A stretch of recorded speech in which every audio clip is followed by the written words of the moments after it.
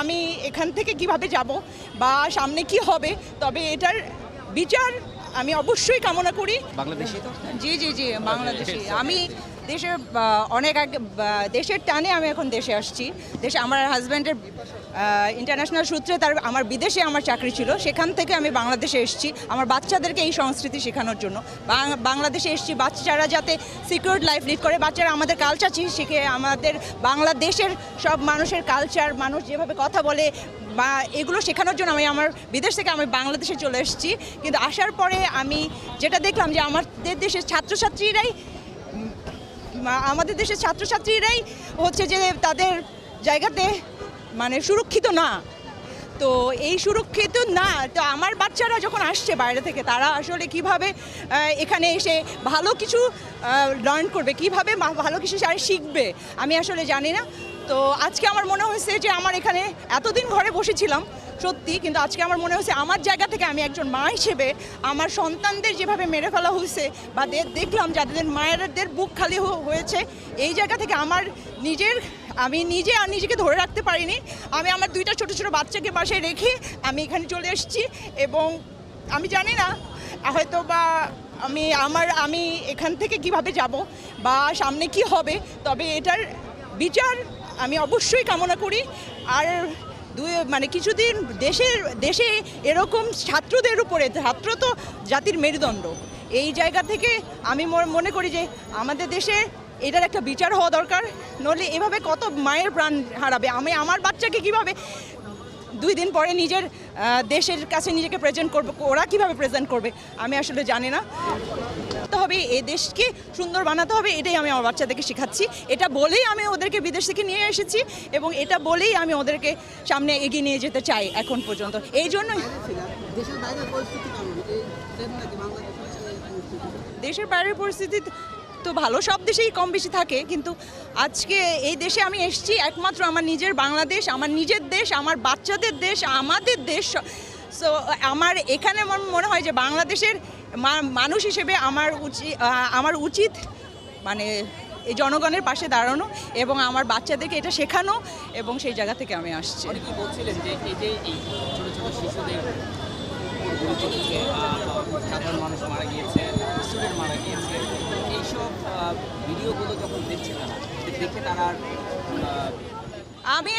আমি দেখেছি অনেকে ভয় পাচ্ছে, অনেকে হয়তো বা নিজের জায়গা থেকে, এটা খুব স্বাভাবিক, এখানে কাউকে কোনো দোষ নেই। হয়তো বা আমি যেটা দেখেছি যে আমি যখন সবার মেন্টালিটি পড়তে বা আমরা যে মন মানসিকতা এখন ক্যারি করছে, হয়তো বা আমরা মাঠে নেমে গেছি, অনেকেই হয়তো বা অনেকে ঘরে বসে আছি, সবার জায়গায় সবার মন কিন্তু একই কথা বলছে,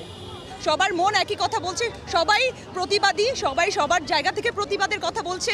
এবং হয়তো বা কেউ দোয়াতে, কেউ হয়তো বা ফেসবুকে শেয়ারিংয়ের মাধ্যমে, হয়তো বা সোশ্যাল মিডিয়ামের মাধ্যমে, যে কোনোভাবেই হোক কেউ না কেউ তার জায়গায়। আমি একজন আর্টিস্ট, আমি আমার আর্টের মাধ্যমে, হয়তো আমি ভালো বলতে পারি না, কিন্তু আমি আমার আর্টের মাধ্যমে দেখাতে চেয়েছি যে আমার প্রতিবাদটাকে দেখাতে চেয়েছি। আর এটা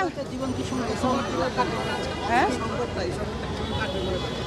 এই সংকট আমি জানি না কিভাবে কাটবে। আমি তো মুক্তিযুদ্ধ দেখি নাই, কে আন্দোলন দেখছি, আন্দোলন চালিয়ে গেলে অবশ্যই এটার তো সব কিছু শেষ আছে, এটারও শেষ হবে এবং জয়ের সাথেই হবে ইনশাল্লাহ। এই আন্দোলনের সাথে কতদিন থাকবেন আপনি? আমি আন্দোলনের সাথে আরও 2 দিন আগে থেকেই মেন্টালি জড়িত এবং আজকেও আমি জড়িত এবং থাকবো, শেষ পর্যন্ত থাকবো যতদিন আমার। আন্দোলনের জন্য কি বাইরের দেশ থেকে আসবে? আন্দোলনের জন্য আমি বাইরের বাইরের দেশ থেকে এসেছি 6 মাস আগে। হ্যাঁ, আমরা মানে সেটাই।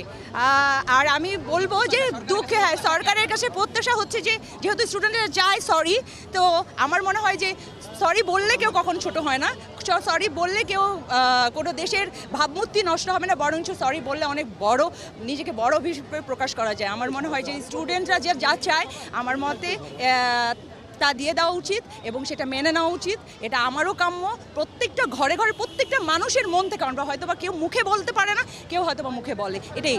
আপনি মনে করছেন কিনা যে সরকার প্রধান সরি বললেই সব সমাধান হয়ে যাবে? সমাধান নাই, বলে দেন সমাধান হচ্ছে সরি বলে তাকে পদত্যাগ করতে হবে।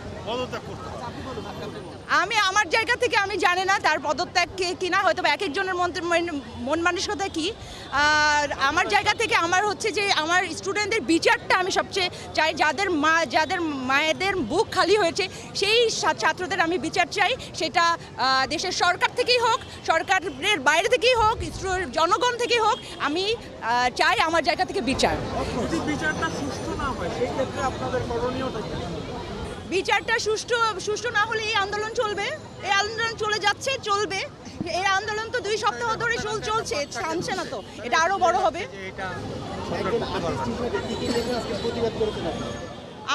আমি খুনিদের ফাঁসি চেয়েছি। আমি হচ্ছি শোক দিবস না, দ্রোহতা না, এটাকে রাষ্ট্র শোক দিবস বলা যাবে না, এটা হচ্ছে দ্রোহ। তো এগুলোই লিখেছি।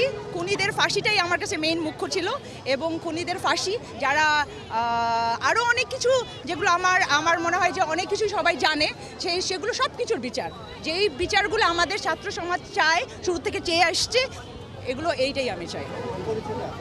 কোন দেশে থাকবেন? আমি আফ্রিকায় থাকি। নামটা বলেন। আমার নাম জাহান। আফ্রিকাতে থাকেন? হ্যাঁ, আফ্রিকা থাকেন কোন দিকে? না, আমি এখন আমি বাংলাদেশের মানুষ ভাই। বাংলাদেশকে ভালোবাসি।